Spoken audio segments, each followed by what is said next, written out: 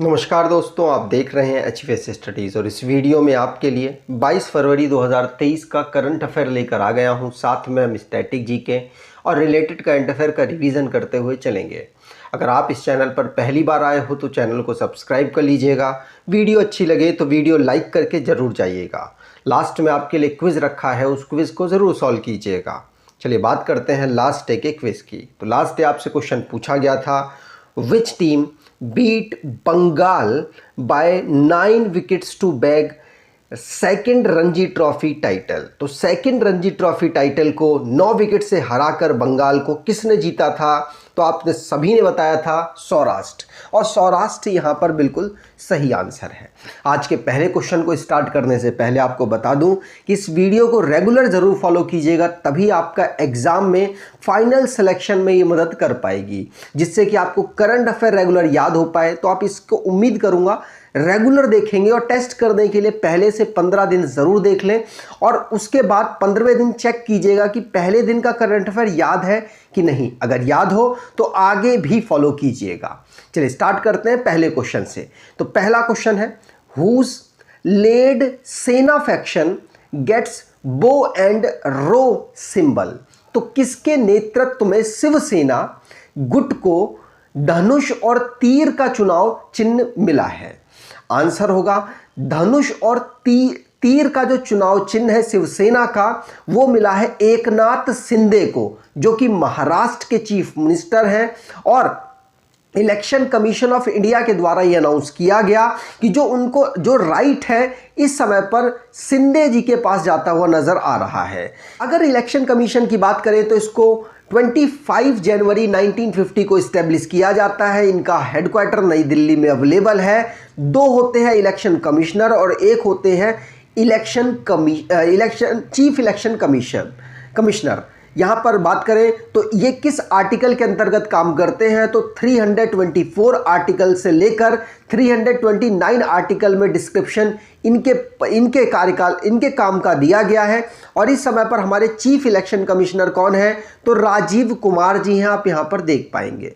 चलिए आगे बात करें तो यहाँ पर एकनाथ शिंदे को शिवसेना का जो बो और एरो का जो साइन है वो मिल चुका है।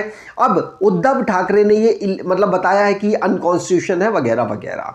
तो ध्यान रखिएगा, रियल शिवसेना की जो लड़ाई चल रही थी उसमें एकनाथ शिंदे जी के द्वारा यहाँ पर जीत दर्ज की गई।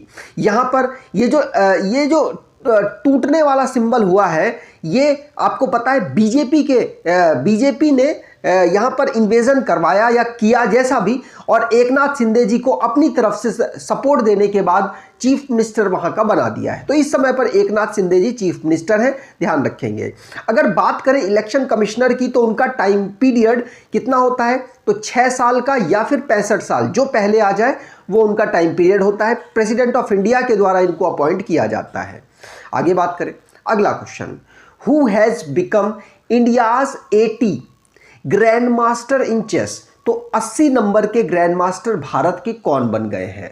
आंसर होगा, इनका नाम है विघ्नेश NR।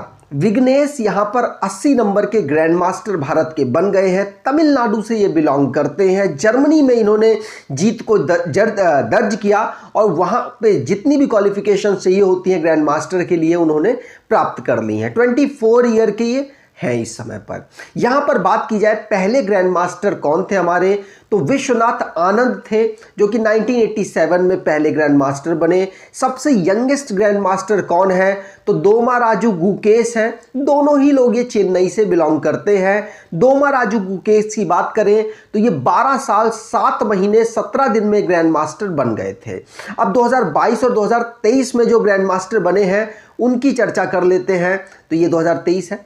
यहाँ पर भारत सुब्रमण्यम तमिलनाडु के हैं, जो कि 73rd नंबर के ग्रैंड मास्टर बने जनवरी 2022 में। राहुल श्रीवास्तव पी तेलंगाना से बिलोंग करते हैं, 74 नंबर के। वी प्रणव तमिलनाडु से 75 नंबर के। 76 नंबर के प्रणव आनंद कर्नाटका से। 77 नंबर के आदित्य मित्तल महाराष्ट्र से। और 78 नंबर के कौस्तव चैटर्जी, जो कि 2023 के पहले ग्रैंड मास्टर थे, वेस्ट बंगाल से बिलोंग करते हैं। सेकंड बने थे 2023 के प्रनेश एम जो कि तमिलनाडु से बिलोंग करते थे 79 नंबर के, और 80 नंबर के ग्रैंड मास्टर हमारे विघ्नेश एनआर बन चुके हैं जो कि तमिलनाडु से ही बिलोंग करते हैं। आगे बात करें, अगर आप इसी प्रकार से अपने स्टैटिक जीके वाले पोर्शन को भी बेहतर करना चाहते हैं तो आप इस ई बुक को परचेज कर सकते हैं। इसमें ऑलमोस्ट आपके सभी टॉपिक कवर किए गए हैं। डिस्क्रिप्शन बॉक्स में लिंक है, वहां से आपको मिल जाएगी और यकीन मानिए आपका स्टैटिक जीके वाला पोर्शन भी बेहतर हो जाएगा।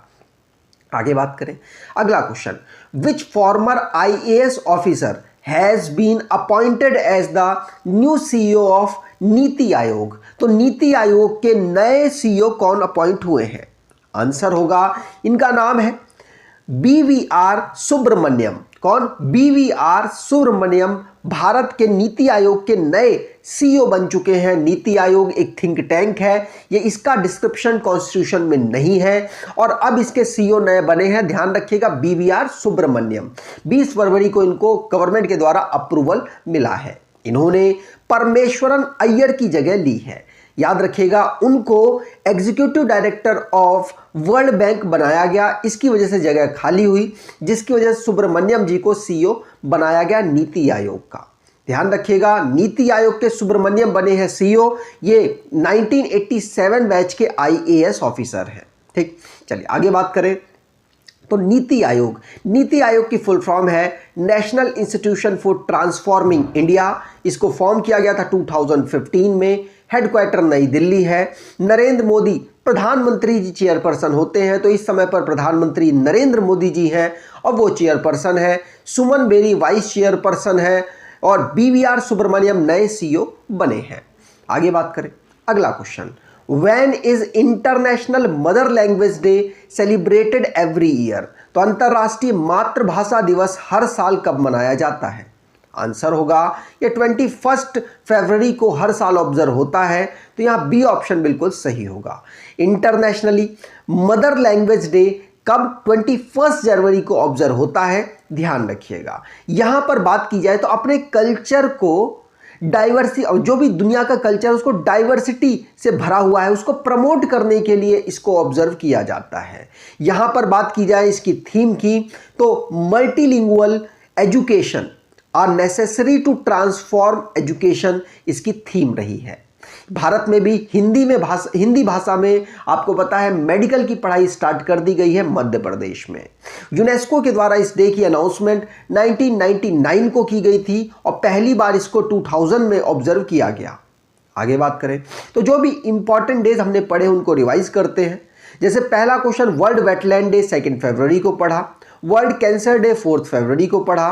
10 फरवरी को वर्ल्ड पल्सेस डे पढ़ा जिसकी theme pulses for a sustainable future है। International day of women and girls in science 11 फरवरी को पढ़ा। 11 फरवरी को ही वर्ल्ड यूनानी डे जिसकी theme Unani medicine for public health थी। वर्ल्ड रेडियो डे 13 फरवरी जिसकी थीम रेडियो एंड पीस थी। इंटरनेशनल चाइल्डहुड कैंसर डे 15 फरवरी को। वर्ल्ड पेंगोलिन डे हमने 18 फरवरी को पढ़ा। World day of social justice हमने 20 फरवरी को और इंटरनेशनल मदर लैंग्वेज डे हमने 21 फरवरी को ऑब्जर्व किया। आगे बात करें, अगला question, which country has unified payment interface मतलब UPI launch cross border connectivity? मतलब भारत और किस देश के बीच में यूपीआई के माध्यम से अब फंड ट्रांसफर किया जा सकेगा, ये सुविधा शुरू हो चुकी?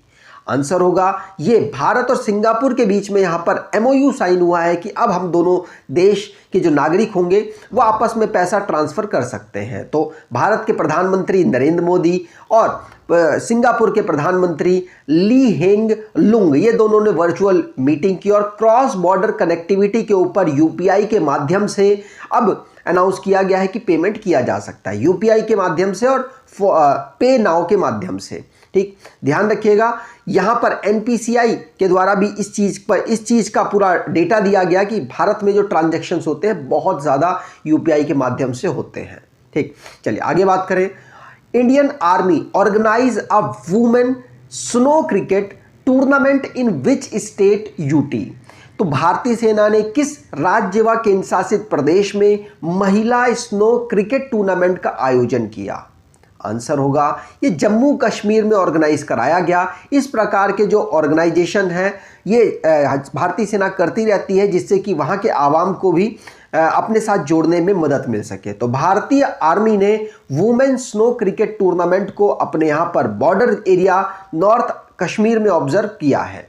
ध्यान रखिएगा, खेलो इंडिया इनिशिएटिव के अंतर्गत जो लोकल फीमेल क्रिकेटर हैं उनको प्रमोट करने की इसके माध्यम से जम्मू कश्मीर में कोशिश की जा रही है। ध्यान रखेंगे, पूछा जा सकता है। आगे बात करें, अगला क्वेश्चन, लक्ष्मी भंडार कौन? लक्ष्मी भंडार is a scheme implemented by which state और यूनियन टेरिटरी? तो लक्ष्मी भंडार किस राज्य या केंद्र शासित प्रदेश की एक स्कीम है? आंसर होगा ये वेस्ट बंगाल की स्कीम है।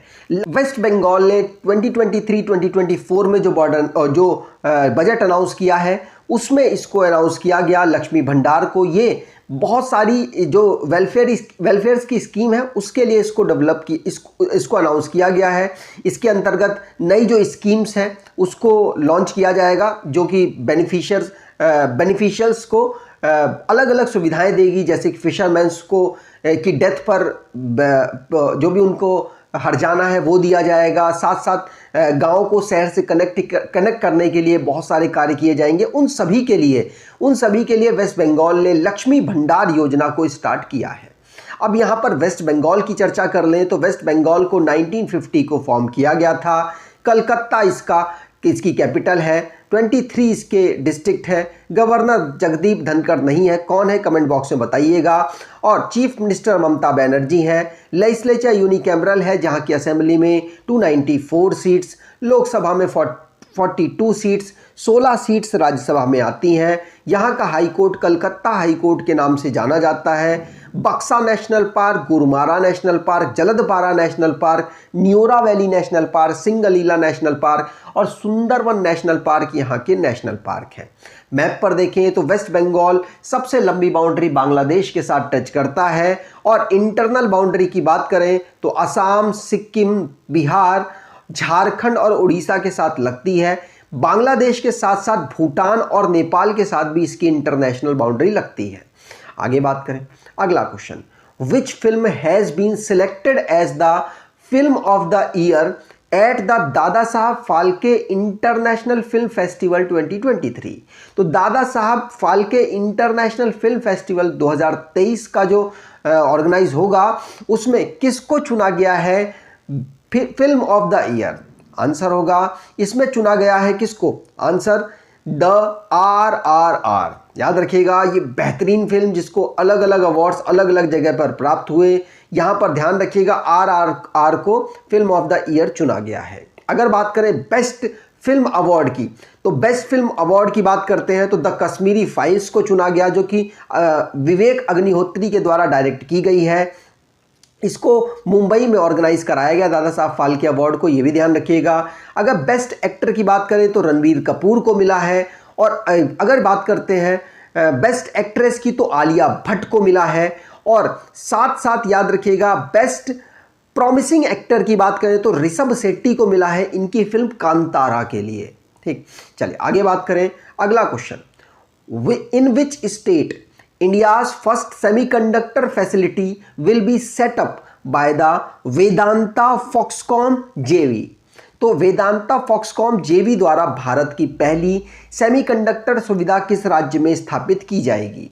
आंसर होगा ये गुजरात में अनाउंस की गई है कि गुजरात की सरकार और अनिल अग्रवाल जो कि वेदांता को हेड करते हैं, वेदांता बेहेमोथ बॉक्सॉन को हेड करते हैं, उनके द्वारा MOU साइन हुआ है और गुजरात गवर्नमेंट इसमें इन्वेस्ट करने वाली है। इस MOU के माध्यम से 1,54,000 करोड़ रुपए यहाँ पर इन्वेस्ट होंगे इस सेमीकंडक्टर की फैसिलिटी को डेवलप करने में। और आपको पता है 5 साल का गुजरात के द्वारा पूरा स्ट्रक्चर रोड मैप बनाया गया है जिससे कि गुजरात को सेमीकंडक्टर की फील्ड में आगे बढ़ाया जा सके। आगे बात करें आज के क्विज की तो north India's first nuclear power plant will be set up in which state? तो भारत का पहला न्यूक्लियर पावर प्लांट किस राज्य में स्थापित किया जाएगा। कमेंट बॉक्स में आंसर दीजिएगा। अगर आपको ये वीडियो अच्छी लगी है तो आपसे अनुरोध करूंगा, वीडियो को लाइक कर दीजिएगा, चैनल को सब्सक्राइब कर लीजिएगा और एटलीस्ट अपने कुछ दोस्तों तक वीडियो को शेयर ज़रूर कीजिएगा। धन्यवाद।